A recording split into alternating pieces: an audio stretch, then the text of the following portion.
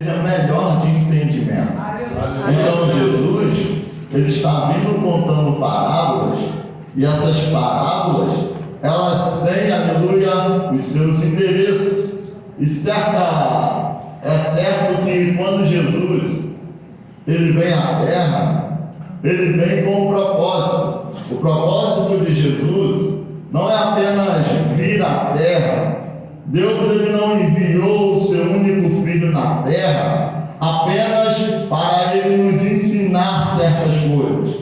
Deus ele enviou o seu filho na terra para nos dar experiência, para nos dar a vida eterna, para nos dar a salvação. E foi por isso que Jesus ele morreu naquela cruz. Ele morreu naquela cruz porque nós já estávamos condenados ao pecado. Ele morreu naquela cruz porque para nós já não havia mais solução, para nós já não havia mais até mesmo a vida com Cristo. Por quê? Porque o povo está totalmente corrompido com o pecado, o povo está corrompido com a idolatria, o povo está fazendo as vontades do diabo, e Deus ele está olhando, não se agrada do que ele está vendo, porque Deus ele não criou o homem para estar servindo ao diabo, mas ele criou o homem para adorar e bendizer o nome dele, porque ele é bom e porque a sua misericórdia dura para sempre. Aleluia. Então, pela graça, Jesus ele morre na cruz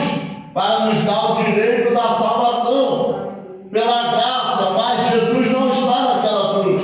Como bem sabemos, ao terceiro dia, Jesus ele vai ressuscitar e hoje ele está à destra do Pai, aleluia, e nos fez uma promessa, que um dia ele vai voltar para buscar uma igreja lavada e remida no sangue do Cordeiro. Cadê você que vai estar naquele dia, dando glória a Deus, aleluia, exaltando o nome do Senhor Jesus? Aleluia. Então, meus irmãos, porque eu estou relembrando a passagem de Jesus, porque esse texto tem tudo a ver com aquilo que Jesus fez por nós. Porque bem sabemos que essa parábola, ela vai contar a história de um rei que preparou um banquete para celebrar o casamento de seu filho. E ele envia os convites para os convidados oficiais do rei. Ou seja, deixa eu dizer uma coisa para você aqui. Jesus, ele veio nessa terra, sim ou não? Sim. Jesus, ele vem para nos dar o direito da salvação eterna. E havia uma certa luta e dúvida de quê? De quem será essa salvação? Essa salvação vai ser apenas para os judeus ou também os gentios vai fazer parte dessa salvação? A pergunta era essa: para quem será apenas essa salvação? E Jesus ele veio para todos, oh glória, ou seja, Jesus ele veio para mim, para você, porque ele não olhou cor, ele não olhou raça, ele não olhou ação financeira. Jesus olhou apenas um ser humano, um pecador, um miserável que precisava da graça do Cordeiro dele. Glória a Deus. Então, o judeu não o conheceu, o mundo não o conheceu, mas ainda tinha aqueles, aleluia, que serviram a Cristo em espírito e em verdade. E essa vinda de Jesus à terra e a volta dele para o céu, ele nos deixa aqui com uma certeza. Que certeza é essa? É que ele é o nosso noivo e a igreja é noiva do Cordeiro. Cadê você que sabe, aleluia, que tu és a noiva do Cordeiro? E é por isso que agora eu entro na mensagem, porque bem sabemos agora que Jesus, ele é o noivo, e sabemos que a igreja é a noiva de Cristo. Então, primeira coisa, o que é as bodas? Aqui está representando como uma festa de casamento real. O que é o casamento? É a união de duas pessoas que decidem compartilhar o resto da vida junto. Ou seja, nós estamos, aleluia, em uma fidelidade, em um casamento com Cristo Jesus. Ou seja, a partir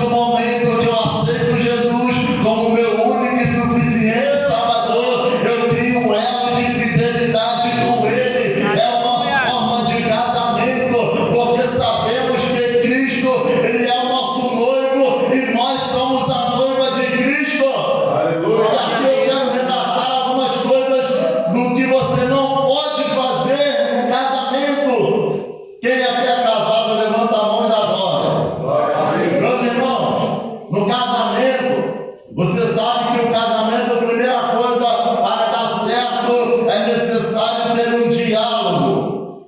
Casamento sem diálogo não vai para frente. Casamento que o esposo e a esposa não conversam, não vai para frente. Casamento em que há discórdia dentro da casa, não vai para frente, porque reino dividido não vence.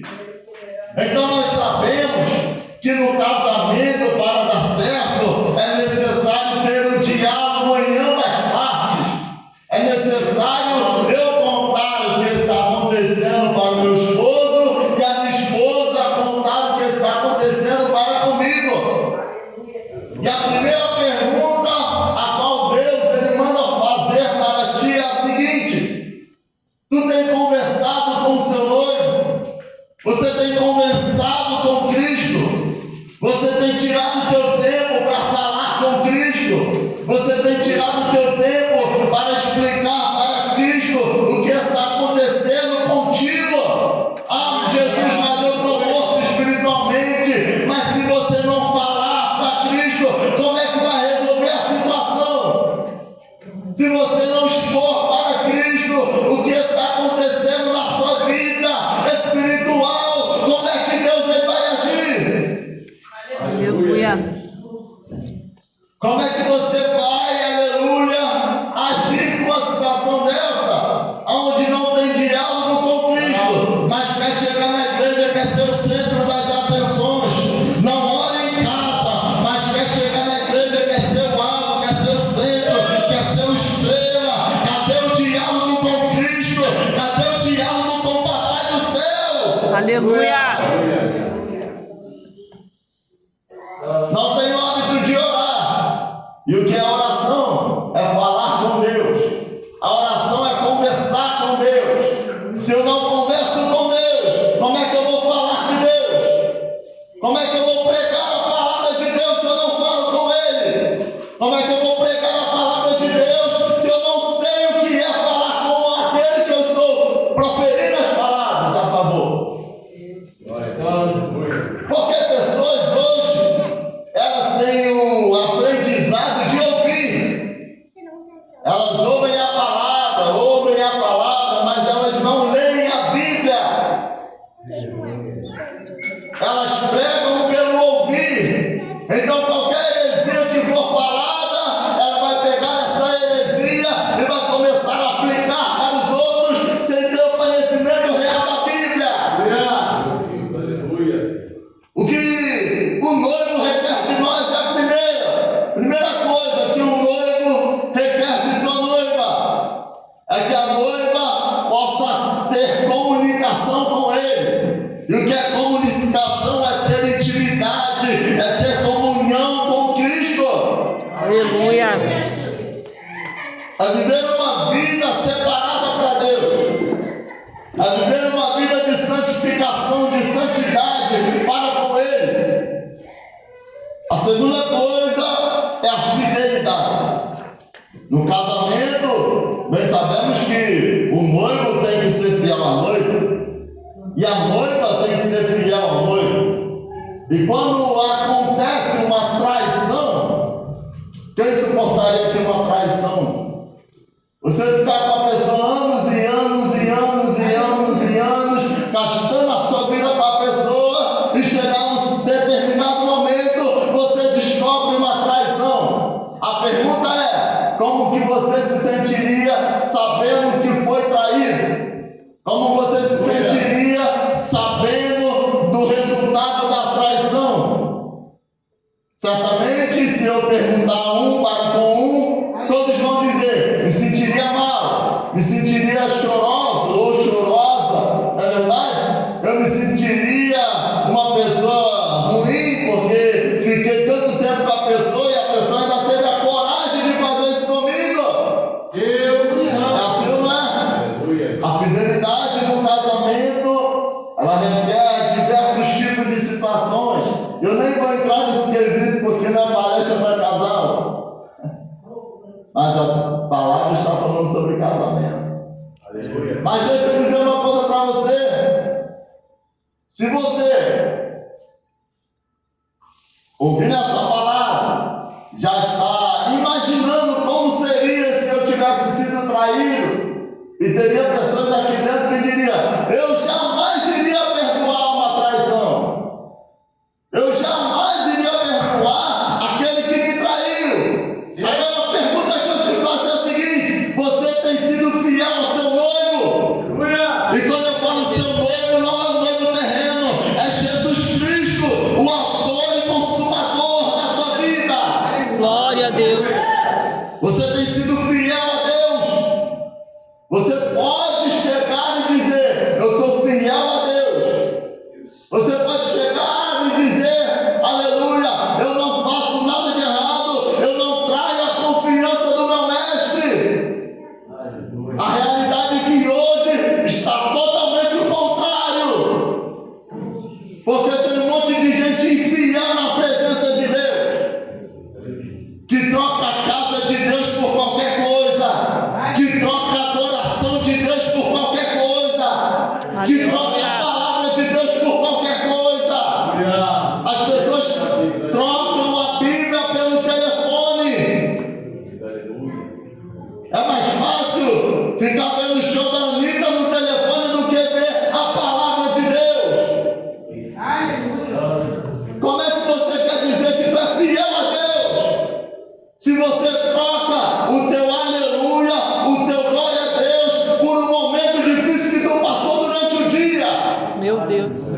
Ai, eu não vou adorar Deus não, porque hoje meu dia foi tão difícil, hoje meu dia foi tão cansativo, eu não estou tendo tempo, eu não estou fazendo isso, eu não estou fazendo aquilo. Deus não está preocupado com a tua vida lá fora, Ele quer a tua adoração dentro da casa dEle. Glória a Deus. Aleluia! Cadê a tua fidelidade para com Deus? Cadê a tua fidelidade para com o Espírito Santo de Deus? Porque o Espírito Santo, ele tem uma função muito importante dentro da Trindade. E a função do Espírito Santo é nos consolar e nos convencer do pecado. Cadê a tua fidelidade no teu relacionamento com o Espírito Santo de Deus? Aleluia. E a bem verdade que por muitas das vezes você troca tudo e esquece de Jesus.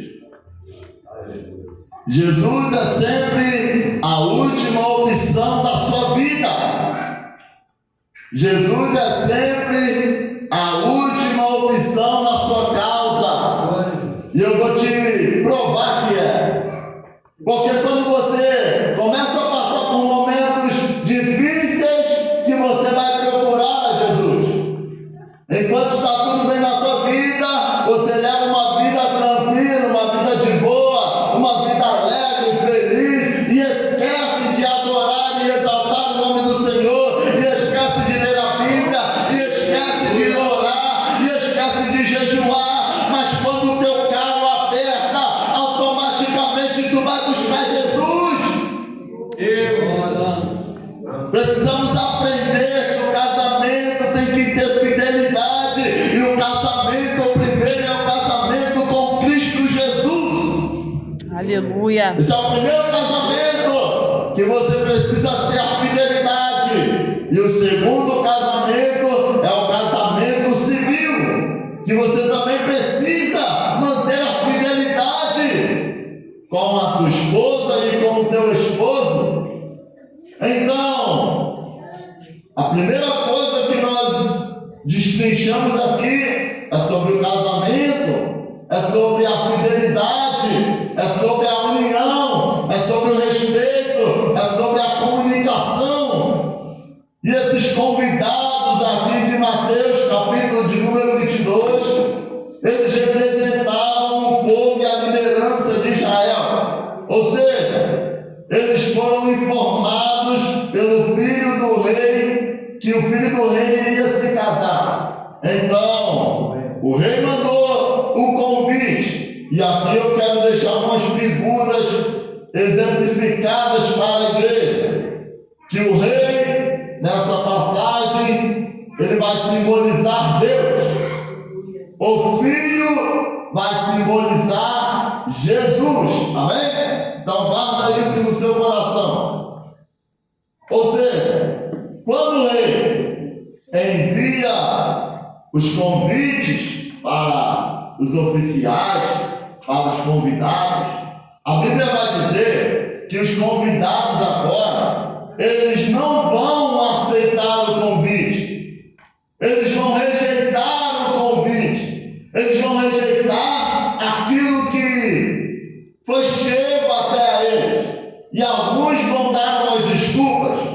Um vai dizer que vai ir, aleluia, para o campo, outro vai dizer que comprar jumenta e vai experimentá-lo, outro disse que se casou e por esse motivo não poderia ir. Então eles começaram a dar desculpas. Mas o que deixa mais estressado o rei é que quando o rei mandou os mensageiros a chegar lá e dizer: olha, você está convidado para a festa. Vai chegar alguns daqueles homens que foram convidados e vai pegar os mensageiros, e ele vai pegar os mensageiros, vai tomar para si os mensageiros, vão matar os mensageiros, mensageiros que foram enviados para levar a palavra de Deus. Aleluia. Isso daqui eu vou exemplificar o mensageiro, porque no texto o mensageiro está chegando para fazer um convite. Então, a primeira coisa que eu vou dizer é a seguinte: aqueles homens que receberam o convite do rei e rejeitaram esse convite, nós vamos trazer para os dias de hoje. É igualmente a esta geração que nós estamos vivendo hoje, a qual você prega a palavra de Deus, e se você trazer um pregador de conteúdo, é um pregador morto. As pessoas gostam de pregador que faz barulho, as pessoas gostam de pregador do repeté, as pessoas gostam de pregador que bate 2 vezes o sapato no chão, fala 3 línguas estranhas e faz barulho. Meu Deus. Por quê? Porque está ficando escasso a palavra de Deus, até mesmo dentro das igrejas. Aleluia. Pessoas que não querem mais ouvir a palavra do Senhor. Você quer ver um detalhe? Vai andando pelas igrejas e você vai ver. Quando chega a hora da palavra, as pessoas ficam doidas para sair de dentro da igreja.